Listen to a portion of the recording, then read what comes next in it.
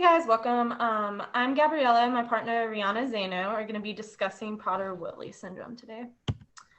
So the topics to be covered today will be pathology, prognosis, and symptoms, basic science of Prader-willi syndrome, and the genetic medicine to cure it. So basically, it's the first human disorder to be linked to genomic imprinting. It was first discovered in 1956 by some Swiss doctors who noticed that it had two different phases and some basic characteristics associated with it. So they gave it a name and it was formed. It is considered a spectrum disorder. So there's differences in severity, and this can be due to one's genetic subtype. And the relationship between the lack of genetic material in chromosome 15 and the symptoms associated with PWS is not fully understood yet. It's still in clinical trials and research studies are being tested. But they do know that it is a random occurrence. It can't be passed on. It's a mutation and it affects males and females proportionately. So some physical traits and symptoms. A person with PWS can show signs as early as infancy. This is considered phase 1. And phase 1 is basically hypotonia, which is poor muscle tone in infants. This can lead to a delay in developmental milestones like sitting up or crawling, a weak cry and inability to suckle. Is also a symptom, and this can lead to having to put a feeding tube in a baby's feeding tube in to get their nutrients. And then phase 2, that's ages 2 and up. You'll start noticing that they become real food obsessed, insatiable appetite, and this is caused from an abnormality in the hypothalamus, which regulates the feeling of hunger in an individual. So they don't have that feeling of hunger. They cannot be satiated. So this leads to overeating, can cause precocious obesity, which can cause a range of other problems like type 2 diabetes. And in rare cases, they can overeat and actually rupture their stomach. And then some more abnormalities that are caused by the hypothalamus not being fully developed is physical traits like short stature, small hands and feet, and stuff like that. And then this is because the hypothalamus regulates your hormones as well. So that can cause intellectual disability, behavioral problems like random anger outbursts and stuff like that. Hypogonadism is also an issue, which is your body doesn't produce enough hormones, so this can lead to pubertal development not being complete. Testicles or ovaries won't fully form, and this can cause infertility. And they will also be able to endure a high pain threshold as well. All right, so going into the basic science, as Gabriella mentioned, all of these symptoms come from a defect on chromosome 15.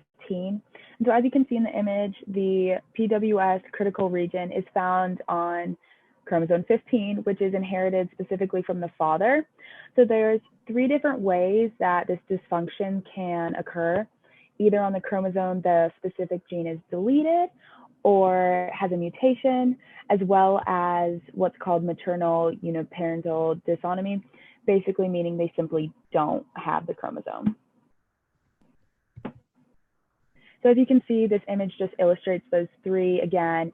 A, where the deletion, the gene is just simply not there.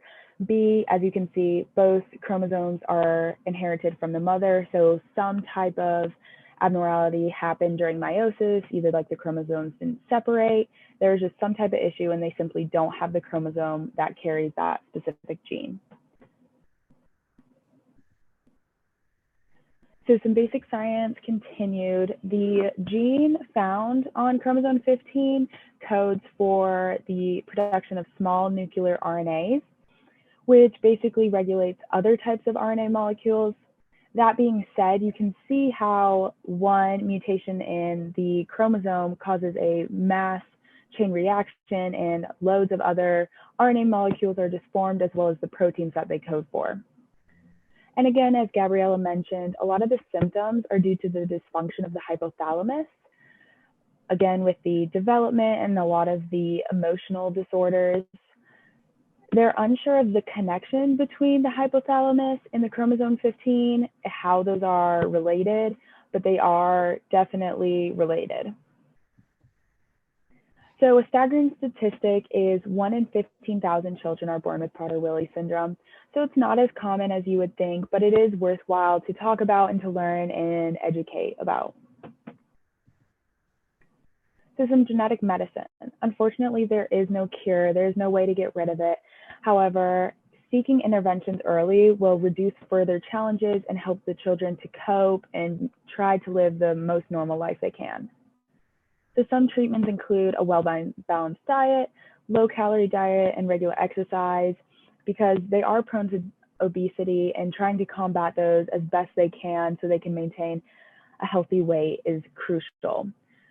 As well as some growth hormones. They're just simply underdeveloped, so anything to help them grow and strengthen their muscles will always be a help. So some more treatments include, a lot of them have problems with their spine and their eyesight. So just seeking some basic help, getting some glasses will help them not only see, but also help their self-esteem and kind of give them a boost. Additionally, I found it interesting that many of them had problems sleeping. So seeking some sleep studies and some treatments or any medication that will help them to relax and be able to sleep well and thus help their development as well.